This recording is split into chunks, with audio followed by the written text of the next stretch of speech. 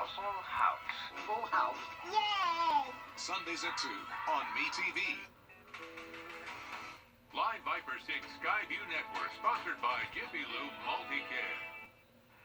Well, it was another beauty today. Notice it was a little warmer today than it was yesterday, and tomorrow will even be warmer. We'll talk about how warm it's going to be coming up in the forecast. Right now on News Channel 6 at 5, a count of the homeless population in our area about to get underway. A look at the benefits.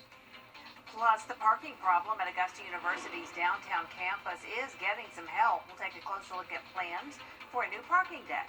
And a new study looks at the costs of domestic violence in South Carolina. We're going to hear from state lawmakers as your News at 5 starts now. Live from Television Park, this is WJBF News Channel 6 at 5. Good evening, everyone. I'm Jenny Montgomery. I'm Brad Means. We do thank you for joining us as Cover You Can Count On begins with Augusta-Richmond County gearing up for its latest point-in-time count. That's when they try to get a census of how many people are homeless in this area. News Channel 6's Mary Calkins joining us live from Green Street tonight. Mary, the real hope here is to get more resources to help the homeless. That's right, Brad. The goal of the point-in-time count is actually twofold. So first, the city needs to know the number of people living without a home in the area, but they also need to know what resources those people need. So volunteers are going to go out and they're going to do a count, and through a 5 to 6 question survey, they're going to find out about mental health issues and addiction issues so that organizations can take that information and more individualize the resources for the homeless in the area. So we know that we have a growing homeless problem in Augusta-Richmond County. And this will just give us an idea of how large the problem is so that we can put together the strategies and tools that we need to make a difference. The point-in-time count is done every 2 years. It's led by the Department of Housing and Community Development and will be conducted February 18th through February 28th. First, those living in a homeless shelter will be counted, followed by people living on the streets. And the street count involves going into encampments that we have identified already. We have 38 encampments in Augusta-Richmond County. We know where they are. And so that count takes place from 9 a.m. until 3 the next morning.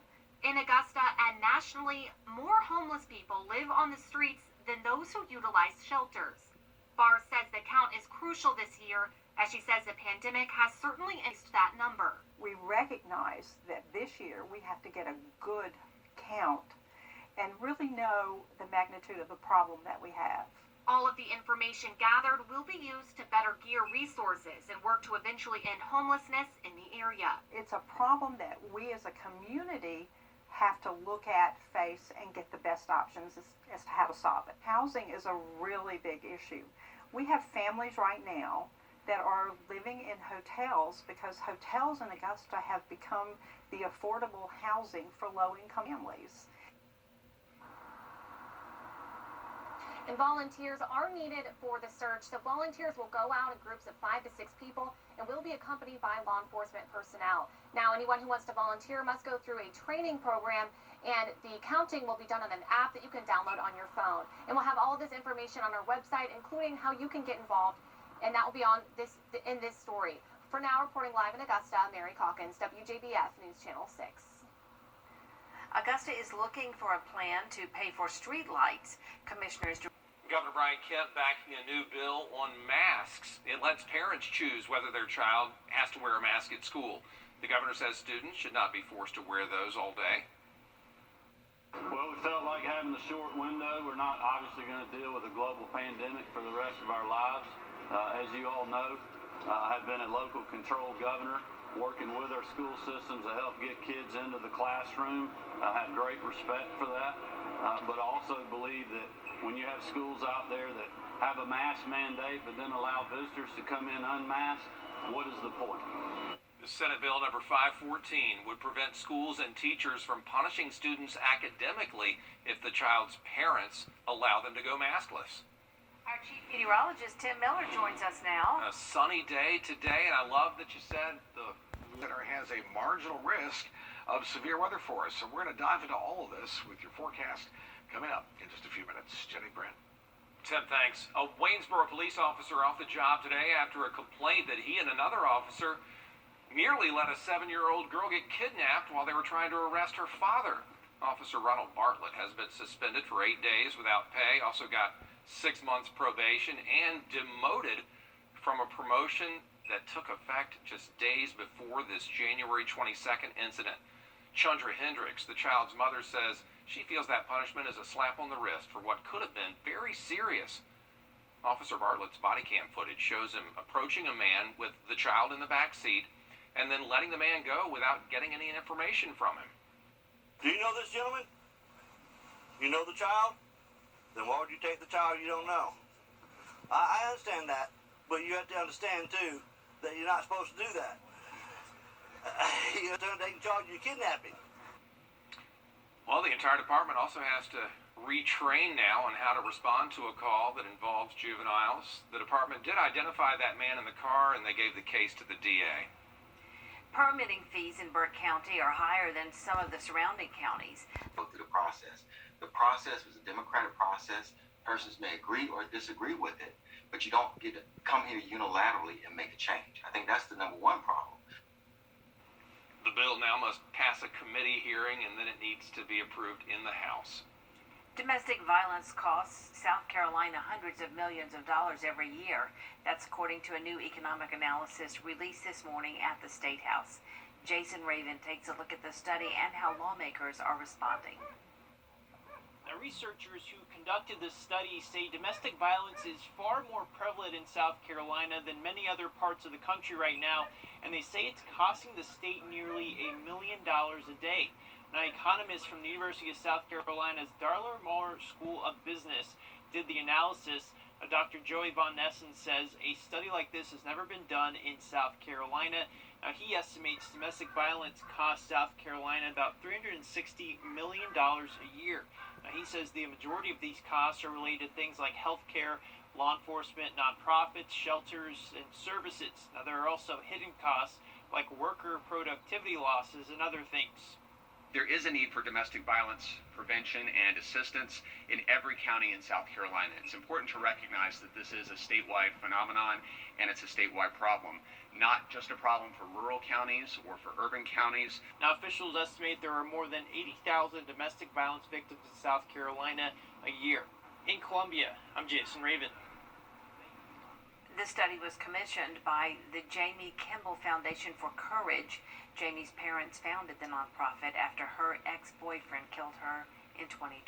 Well, there will soon be more parking for people who go to Augusta University on its downtown campus. They're going to build a parking deck at the end of Spelman Street where Wrightsboro Road turns into R.A. Dent Boulevard. It'll have more than 1,300 spots. A lot of people we talk to say they're looking forward to this. You know, you got to get here really early to get a good parking spot, but, you know, some days it's bad. You know, I've been, you know, way down the road and it's, you know, near people's houses sometimes, so it's been a little bit of an issue. I would love that, especially to be safer for me, especially if I have to go to clinical, and it's really dark outside, maybe like 6 o'clock in the morning. The project's still in the early planning stages. No timeline so far of when it will be complete. Still to come, young people across the country are experiencing mental health problems at record levels. And lawmakers say they are going to tackle this issue head on. But first, News Channel 6 continues to celebrate Black History Month. Born in 1908, Jane Bolin is considered a trailblazer, having become the first African-American female judge in the United States. Raised primarily by her attorney father, Bolin was a remarkable student who graduated from high school in her mid-teens and went on to earn a Bachelor of Arts degree from Wellesley College in 1928, when she was officially recognized as one of the top students in her class. Bolin attended Yale Law School and, despite social hostilities, graduated in 1931. She became the first African-American woman to earn a law degree from the school. 8 short years later, at the young age of 31, Bolin was called to appear at the World's Fair before New York Mayor Fiorello LaGuardia, who swore her in as judge. In her 40 years on the bench, Bolin changed segregationist policies and worked with First Lady Eleanor Roosevelt to provide support for the Wildwich School, a holistic program to help eradicate juvenile crime among boys. Boland was reinstated as judge for 3 additional 10-year terms, and while she would have preferred to continue working, she was required to retire from the bench at age 70. Honoring Black history, mind, body, and soul. I'm Jenny Montgomery. I've been dating News Channel 6.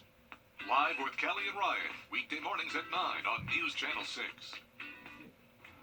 Youth mental health problems reached crisis levels during the pandemic, and the big problem for a lot of people is navigating all the red tape when it comes to insurance. Washington correspondent Alexandra Limon explains the problem and solutions that Congress is exploring. In addition to the youth mental health crisis, Senator Ron Wyden says there's also a real problem in how long it takes to receive treatment. America's approach to mental health care is way out of whack. The pandemic caused a jump in self-harm and suicide attempts in young people. A 5-year-old in the emergency department who disclosed suicidal feelings and plans to run into traffic in reaction to her parents' job loss, financial stresses, and her mother's depression. Doctors say part of the challenge is that private health insurance companies don't treat mental health the same as physical health problems. That leads to patients being stuck in the wrong healthcare setting for months. Emergency room boarding often creates more distress, decompensation in psychiatric symptoms, and increased traumatic exposure. Experts say government-funded healthcare is a problem too, and low Medicare reimbursement rates contribute to staffing shortages. There are also challenges reaching kids in rural areas. Adolescent psychiatrists in my state, they're in the cities. They are not in the rural area. Experts say schools and telehealth services can fill that crucial gap, but they need more resources. Lawmakers vow to develop real solutions. We're going to dedicate our efforts to mobilizing the Congress for these fundamental reforms.